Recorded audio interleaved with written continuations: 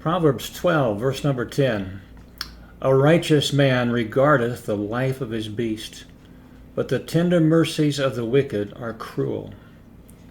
A man's treatment of his animals is a direct reflection of his character. A good man is merciful, he's kind, he's gentle. He's ruled by pity and compassion. He's not going to be mean or hard, but the wicked, they're cruel. Even their kindness is harsh, for they lack the tender, gentle spirit of the righteous man, who is concerned even for his animals. Though God's given us animals for working, for clothing, for food, and yea, in the Old Testament for sacrifice, they are to be treated respectfully. In Deuteronomy 25, verse 4, the Bible says, "Thou shalt not muzzle the ox when he treadeth out the corn."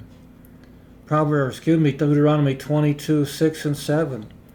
If a bird's nest chance to be before thee in the way in any tree, or on the ground, whether there be young ones or eggs, and the dam sitting upon the young or upon the eggs, then thou shalt not take the dam with the young, but thou shalt in any wise let the dam go, and take the young to thee, that it may be well with thee, and that thou mayest prolong thy days.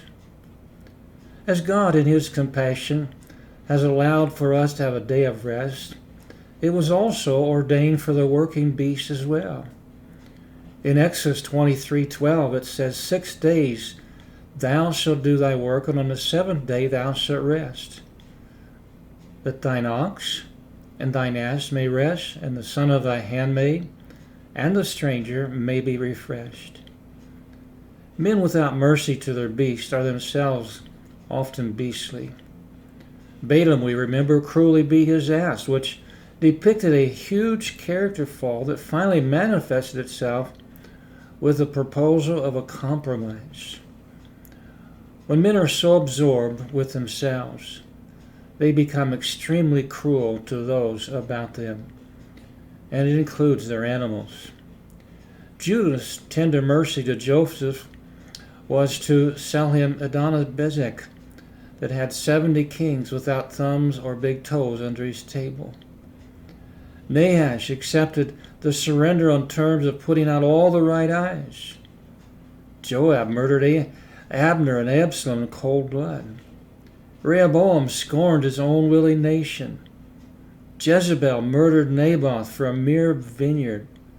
Pilate offered to chastise the innocent Lord before letting him go, and the Romans broke legs to end crucifixions.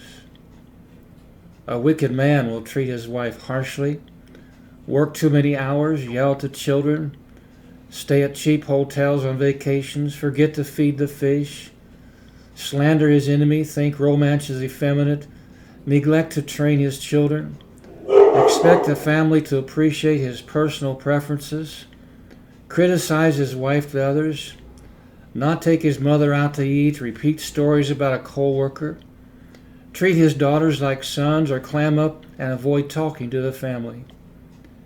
A wicked woman will presume she is better than her husband, gossip about her neighbor, criticize her mother-in-law, defraud her husband of daily sex, overprotect her sons from boyish activities, fret about things to get done, nag rather than punish the children, correct her husband often, worry too much about details, dote on the children to neglect of her man, make the family eat a veggie pizza, or beg for pity for her hard life. We find also the merciful man will forgive quickly and completely.